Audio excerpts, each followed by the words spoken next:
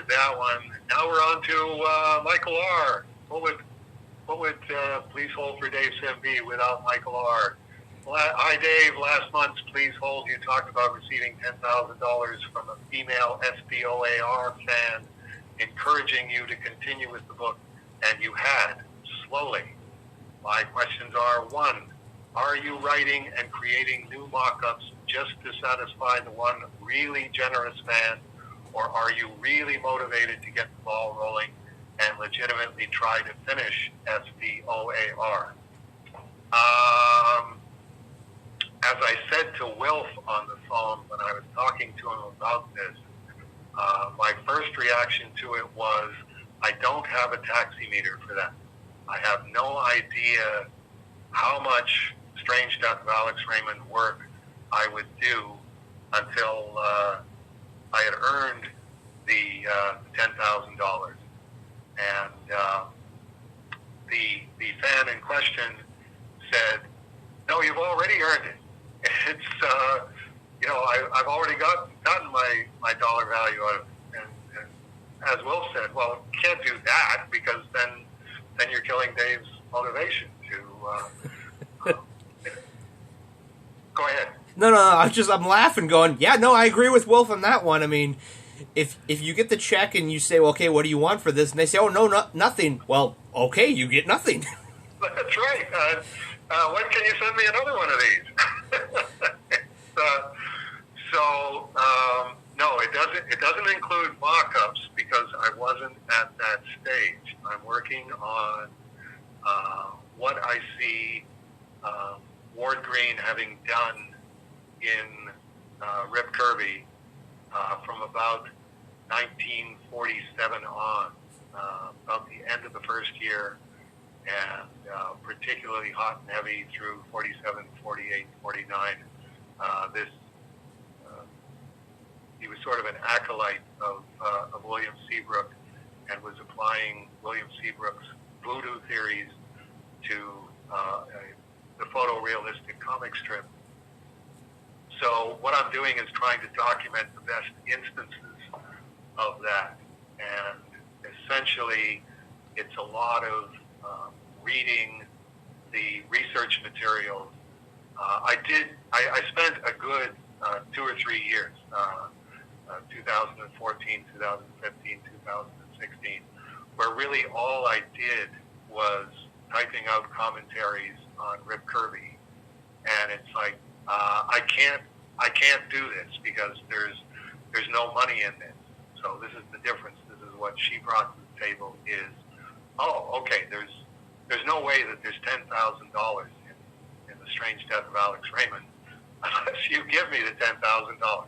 Okay, so I spent all of December essentially reading the commentaries that I did and going, okay, what's the best material? What makes my case the best? And let's type out captions and let's do preliminary annotations of the sections that are too complicated to do as comic pages.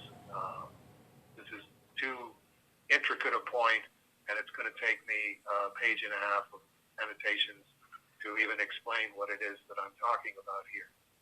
I just came to the end of the box, the first box of Rip Kirby commentaries. There's about 6 or 7 of them, correspondence boxes, and I've just read through to the bottom of the Terror on the Thames commentaries and the Bleak Prospects commentaries, and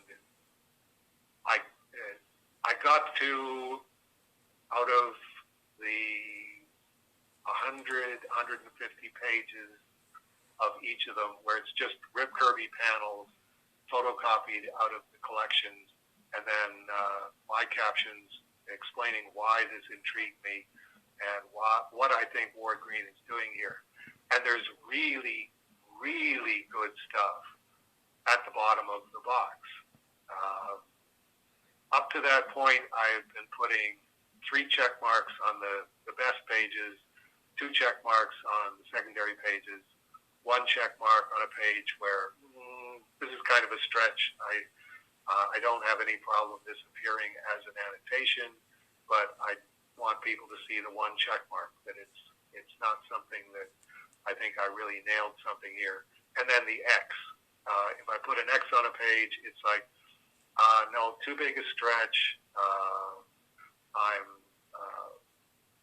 What I thought I was seeing, I'm definitely not seeing 5 years later on. So it's got an X on it. So essentially, I can only I have to bring in like enough money to remaster all of the trade paperbacks and print all of the trade paperbacks and keep them in print, and hopefully move the archive along and do Cerebus in Hell with a question mark, and all of those kinds of things. So what it ended up being was, okay, Rip Kirby or Strange Death of Alex Raymond is my hobby. At the end of the month, if I do a comic strip a day and everything else that I need to do just to keep Aardvark Vanaheim going, it'll take 24 days to do an issue of Cerebus in Hell with a question mark, and then I will have 5 days at the end of the month to work on Strange Death of Alex Raymond. So this was the first time where I went, okay, this is all I'm doing in December, like apart from necessary stuff, brush fires that I have to put out, fixing stuff that comes in, answering correspondence, stuff like that. But really just working on Strange Death of Alex Raymond. So it's a big chunk of work, and now I still think that I owe Ms. X a little more than she's gotten already. So I'm trying to put in at least a half day every second or third day, now that I'm not in December, now that I'm in January.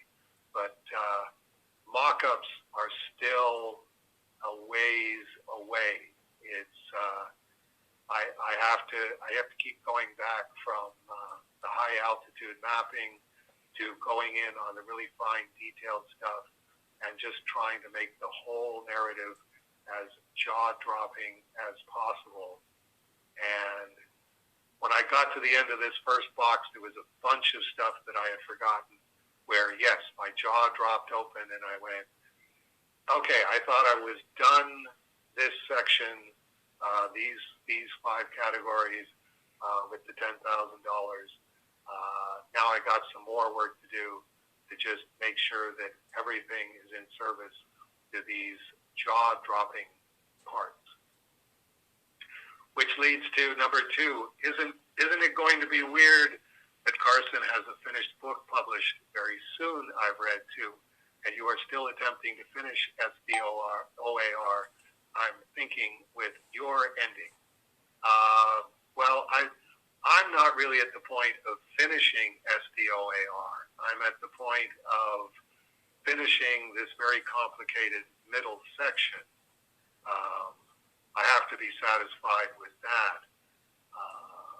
Carson has done a very, very different Strange Death of Alex Raymond. Like he's doing what he has done so far. Like when he's finished my mock-ups, and then finishing all the mock-ups that I did after that, and then putting his finish on it. I mean, Carson isn't a monotheist, and he's definitely a former monotheist with absolutely no intention of ever going back anywhere near monotheism, which means he's a pagan, which means his version of Strange Death of Alex Raymond is a very, very pagan treatment. But it's a very interesting pagan treatment because Carson's a very interesting guy. So I think everyone's going to enjoy what Carson will have done. And if they want to jump off at that point and go, right, there's only 3 volumes of Strange Death of Alex Raymond. The first 2.5, Dave Sim wrote and drew, and then wrote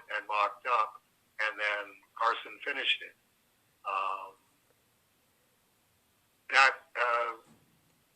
That will be a completely separate thing from what it is that I'm doing. I don't know if I will ever get Strange Death of Alex Raymond done because I'm being so scrupulously precise about it.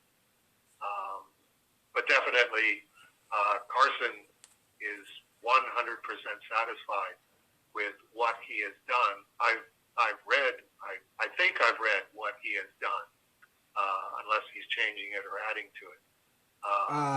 The tentative plan, I don't even know if he's going to call it The Strange Death of Alex Raymond. He might be calling it The Strange Death of the Strange Death of Alex Raymond. Okay. It's going to be Volume 1, Volume 2, completed versions of the pages you've mocked up for Volume 3, and then 46 pages of Carson tying it all together and giving it a quote-unquote ending. Like, I think in his ending, he's saying, this is as far as Dave got. This is where I see it wrapping up, but obviously if Dave goes on and does volumes 3, 4, and 5, or 6 or 7, or however long it takes, it's this is the path you guys went together. This is where Carson gets off. Obviously, there's the opportunity is there for Dave to eventually finish the book. Or at least do more of what it is that he intends to do. Yeah, I mean, I think Carson has an ending, but I don't think he's presenting it as, well, this is the end. I think it's I think from the way he's made it sound is it's going to be, this is a complete volume of everything we did together, my ending, and all the Cerebus fans and SDOAR fans are going to know, okay, this is as far as Carson got, when time, money, and interest ran out. Right. I hope that Carson would be open to the idea of, if somebody else wants to take what I've done and what is in print of what I did and what he did and his ending and contextualize it. I mean, we're talking about, it would require a photorealist, and photorealists are rare as hen's teeth. But if they said, okay, I've got all 3 volumes, Dave's volumes and Carson's completion of Dave's volume, I think that I can contextualize that and put a new beginning on it and a new ending on it, and I think I will improve on what they did. I think I will do a more satisfying ending. It's like, I don't think that hurts what I've done, and I don't think that would hurt what Carson has done. It's each guy did what each guy did, and I think we want to avoid the I'm the one who arbitrates this. This is the Strange Death of Alex Raymond. It's like, no, this is my Strange Death of Alex Raymond, and it's I've got a tiger by the tail, and I've had a tiger by the tail since about 2008. So I'm just trying not to end up inside the tiger. I think Carson is trying not to end up inside the tiger. Well, and we're not going to find out if that's the case until we either get through our lives without ending up inside the tiger or end up inside the tiger. Well, I know one of the biggest problems with the project was just, there's all this research, and every time you think, okay, you're panning for gold in the river, and every time you think, okay, the river's run dry, there's no more gold, another nugget turns up. Yes, yes. And that was years ago. Like, that was, we're not having that happen. Well, so your Christmas present, when it finally shows up, I'm going to spoil it now because it kind of ties into this. On Twitter, Comics in the Golden Age, which I think Evan Dworkin retweeted this post, and that's how I saw it. Or it might have been Brian West. It was somebody I follow on Twitter, follows Comics in the Golden Age, and they shared that in December, it was on whatever date A Christmas Carol was first published in 18 whatever. This is Christmas Carol was first published in 18 whatever by Charles Dickens, and in 1946, King's Features Syndicate published an edition of A Christmas Carol that was illustrated by Hal Foster and has front and end papers in the book of Hal Foster doing all the King's Features characters in a Christmas setting. And I went, well, that's neat. I wonder if Dave knows about that. And I went on the internet and I found a copy for relatively cheap. And I'm like, buy it, ship it to Dave. So you're getting. It's not the fanciest version. The fanciest version I found has a slipcase, and I'm like, I can't quite afford that. But you're getting the next level down, and and it was one of those. I'm like, it's probably one of these. Dave's going to get it and be like, oh, this is really neat, and look at it, and then it's going to start kicking more gold down the river. Wait. It's hard to tell. It's what's happening now is with the volume of research materials that I've got, like these boxes and the correspondence boxes that I've got that usually I use for a month's worth of letters, although now I'm able to get 2 months worth of letters into a correspondence box, and photocopies of newspaper articles and stuff like that. I go looking for what I'm looking for because it's the next thing that I've got to talk about. It's easier for Eddie to find it than it is for me to find it. So that's usually what I do. Don't spend too much time looking for it. Remind Eddie, ballpark what it is that I'm looking for, and he'll fax it over. But I never know what's going to trigger a new connection. It isn't new material, but it's new connections. This would probably tie in with there was a period of time when King Features Syndicate was licensing bestsellers. They had a deal with Book of the Month Club that part of the deal of an author being a Book of the Month Club selection, which was a real payday for everybody back in the 1940s when it happened, was that King Features would also do a comic strip version of whatever it was. And Ayn Rand actually licensed, I think it was The Fountainhead, on that basis. And I forget who it was that drew The Fountainhead. There's a website that a guy did that had all of the Book of the Month selections that King Features had licensed, and that they got their best guys to draw, because it was probably a big payday for the guys as well. It's a lot of newspapers are going to want to get this comic strip adaptation, and you'll probably make twice as much as you're making on comic strips that you're doing. And Hal Foster did one of those. He did The Song of Bernadette. And I think this is probably in the same sort of category where they were going, well, why are we doing these where we have to pay them enormous amounts of money? Let's do A Christmas Carol, because that's in the public domain. So anybody can do the Christmas Carol. Then you get into the dicey thing of, well, if we show people how easy it is to do, then all of these second stringers will start doing it. It's like, well, that's always baked in. But no, I have never heard of this, and definitely looking forward to seeing. Well, I think, what year did Rip Kirby start? 46. Rip Kirby is, because the front end paper is everybody around a Christmas dinner table, and it's it's all the King's Features characters, and Rip Kirby is in there, so it's a Rip Kirby done by Hal Foster.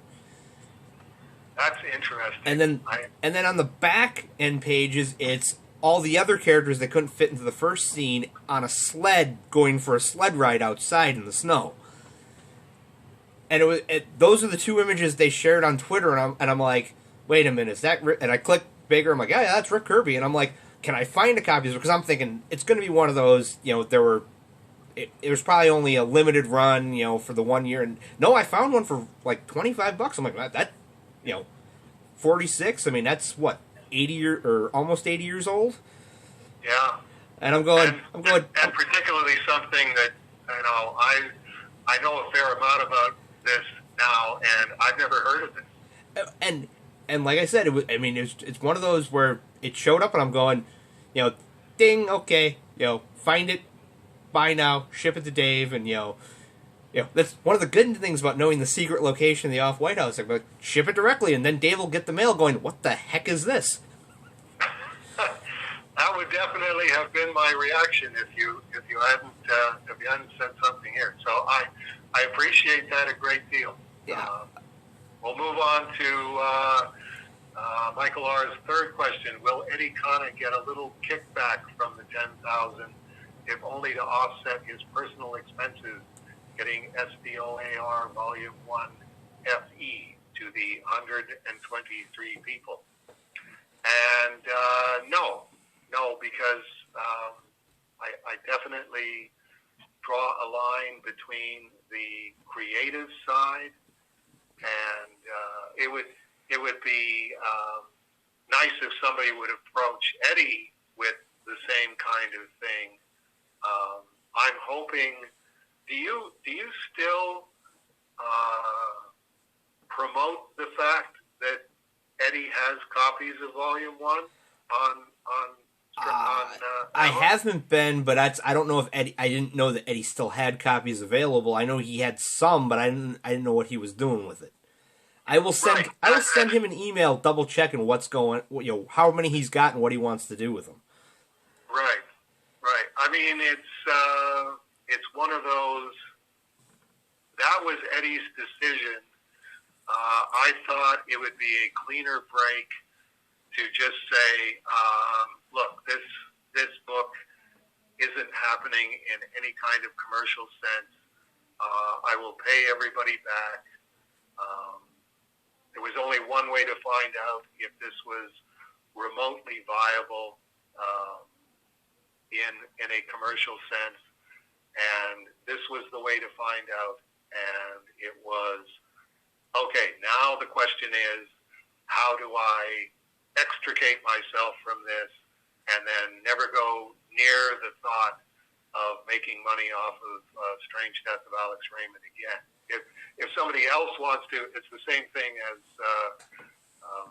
Carson's version. Like, Carson, by all means, you want to do a Kickstarter and offer all of the work and try and figure out a price that people can live with, and hopefully not lose too much money on your own just because you want people to see it.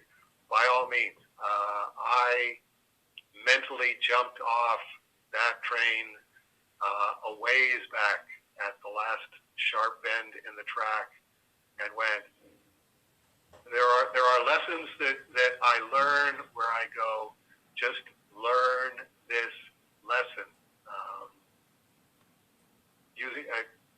Giving you an example of that, when I went to the San Diego Comic-Con in 1993, and I was sitting, having walked back and forth between the convention center and my hotel, and back to the convention center and back to my hotel. I was sitting in my hotel going, remember this.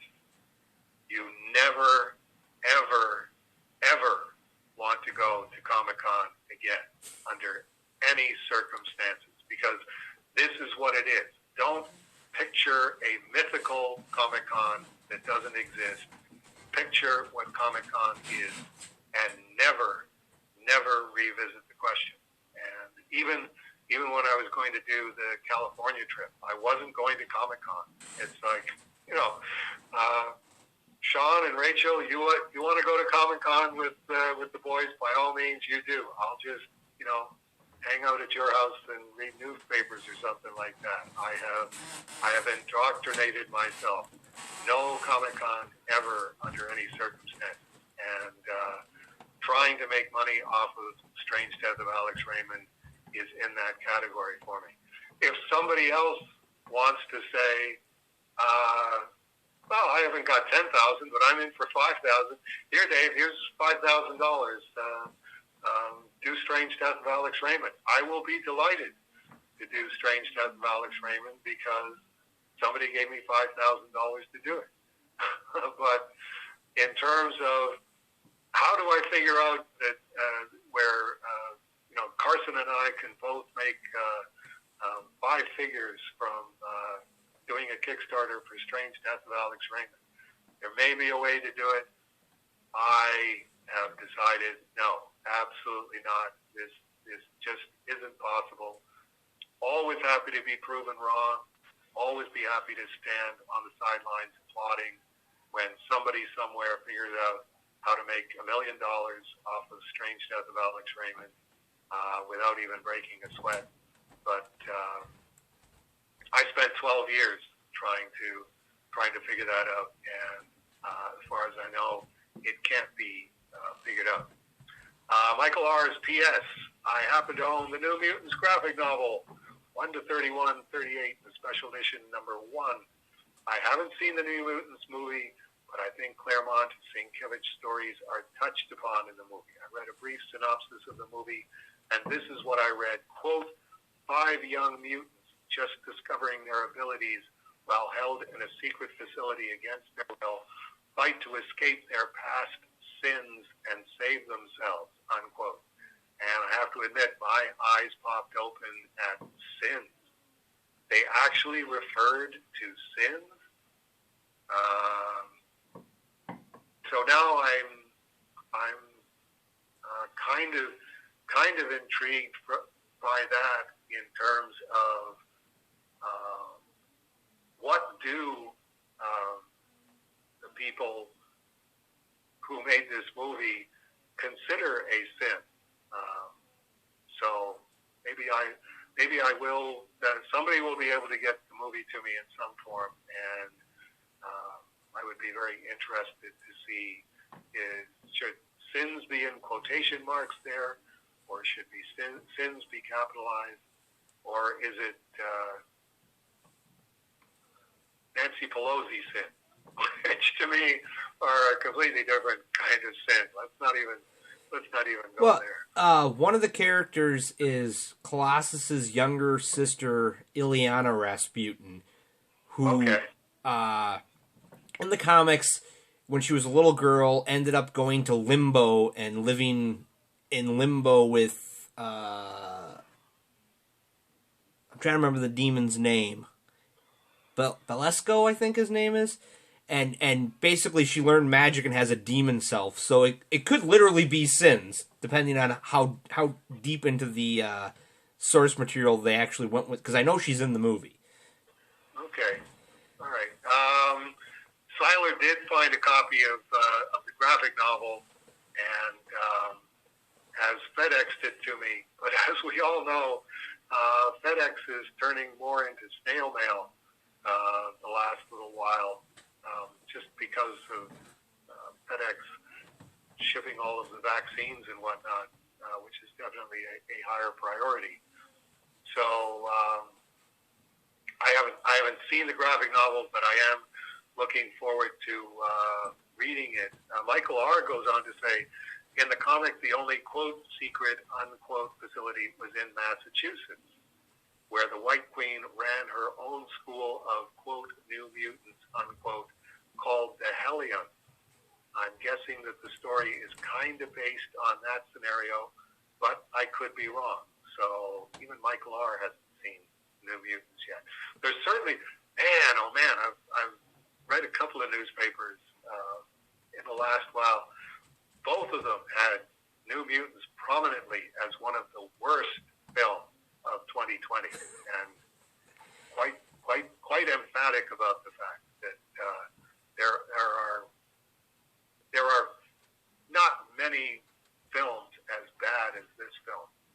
It's It's like, well, that's interesting. I haven't seen it, but I do know that it's part of the problem was Fox was making it, and then they did the Disney deal where Disney was buying them, and the movie got put on a shelf pending the Disney deal, and they went back and did reshoots like a year later. Which, if you're doing younger characters, a year could be a year. It's not like Harrison Ford where he can shoot something today and then a year from now shoot the next scene and it looks the same.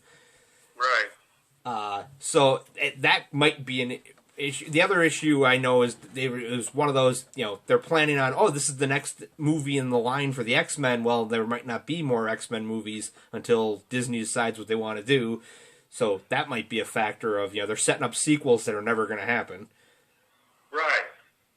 Which, when I read about that, I'm going, wow, that's a really, really strange situation to be in at that level where, you're talking about close to $500, $600 million budget.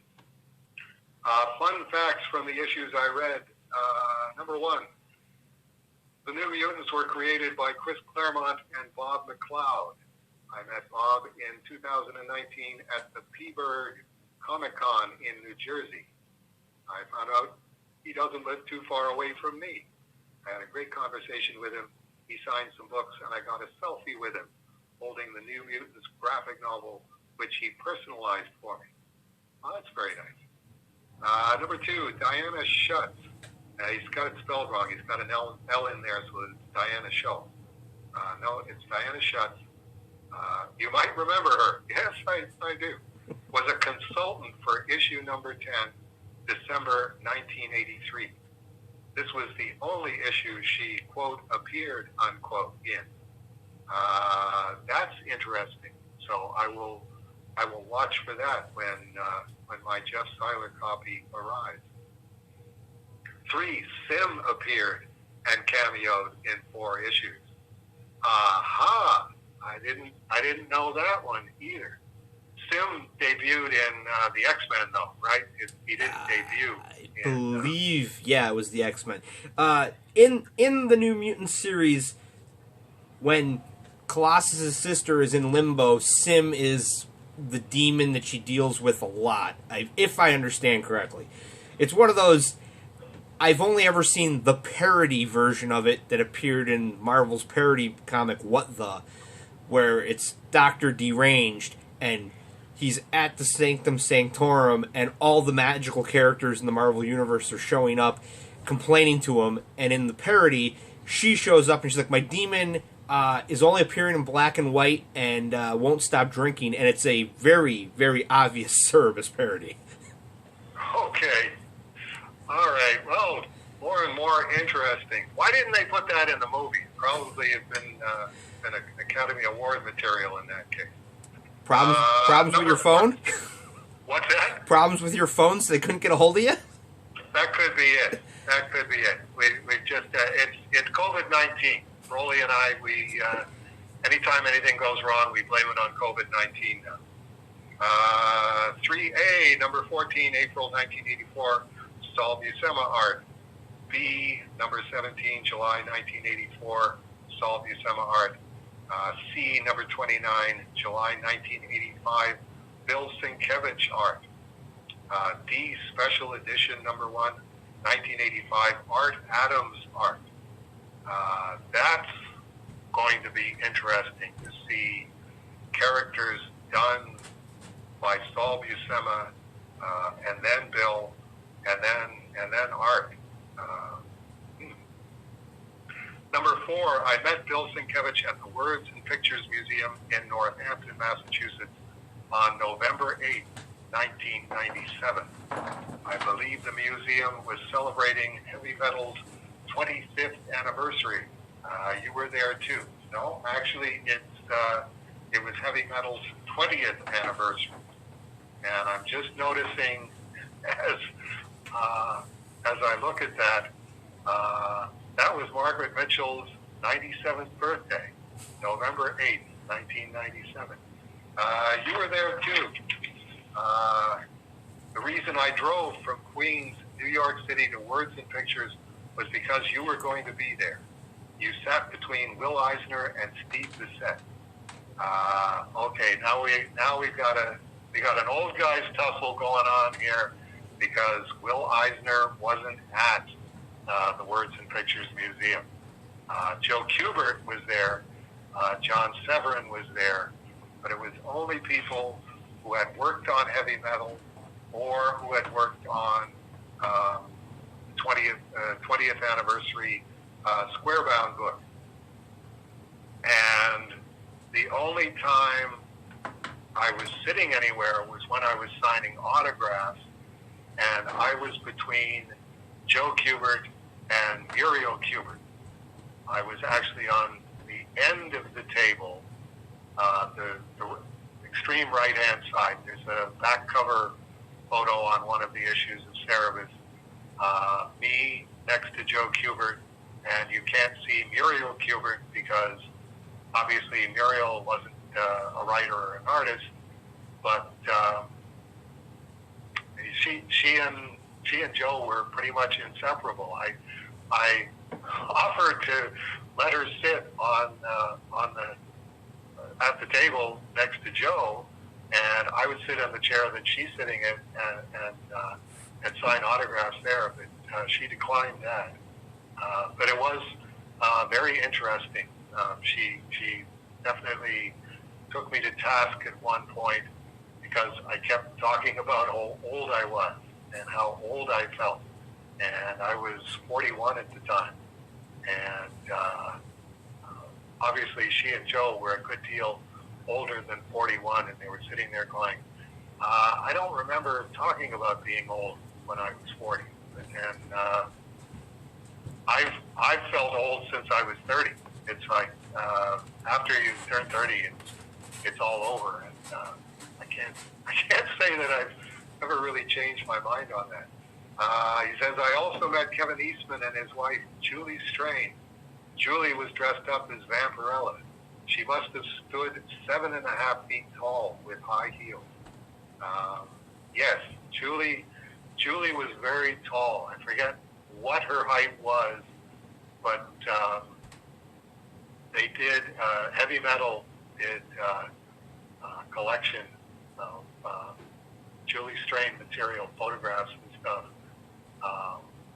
And the title of it was, whatever her height was, I think it was 6'5". Julie was 6'5", and it was Julie Strain, 6'5", and worth the climb. I also met Bernie Wrightson, who signed my friend's Frankenstein book. I forgot that Bernie Wrightson had been there. Susan and I went out for dinner with Bernie Wrightson and his wife, and I believe Bill Sienkiewicz. And I offered to help Bernie Wrightson self-publish if he was ever interested. And I think he took umbrage at that because he had self-published Bad Time Stories way back when I was 14 years old. So I didn't know how to get myself out of Bernie Wrightson's bad books, making it sound like I knew more than he did now. But I did know more about self-publishing in 1997 than he would have known, I think. And it's one of those, he wasn't inclined to self-publish at that point, and probably didn't appreciate me mentioning that. But he did confirm several studio stories for me, so I was deeply grateful to him for that. I had brought some stuff for you to sign and the others, maybe a few other people that I had forgot about, except Will Eisner. I'm not sure why I didn't bring with me a contract with God. We had a brief conversation about it. Very gracious and humble. Like I said, Will Eisner wasn't there. I would have remembered Will Eisner being at the 20th anniversary heavy metal party. I'm pretty sure. I then moved probably 3 steps to my right, and you were right there. You signed everything that I bought, and received for free that day. I even got a sketch. I had Tyrant for Steven to sign. it would be the only time I would meet Will. And okay, I won't keep repeating myself. If there's some way to check this, the Heavy Metal 20th anniversary, November 8th, 1997, was Will Eisner there? I'd be happy to admit that I'm wrong, but I would have spent a lot more time talking to Will than I did talking to a lot of the people that I did there. I had Grace and a camera with me that day, and we didn't take one single photo. Isn't that odd? It was the Words and Pictures Museum was a thing of beauty, a gorgeous thing to behold. That was Michael Zully's idea, as I recall. He said to Kevin, you know, if you opened a cartoon art museum, then you could write off all of the original artwork that you buy. And it's like, I think Kevin's eyes lit up and didn't realize, well, the amount of money that you're going to be saving by being able to write off the artwork that you're buying, you're going to eat up a lot of that reconditioning this building in downtown Northampton. And boy, oh boy, it was. Kevin never stinted on anything, and he sure didn't stint on that. It looked like exactly what it was, a world-class museum.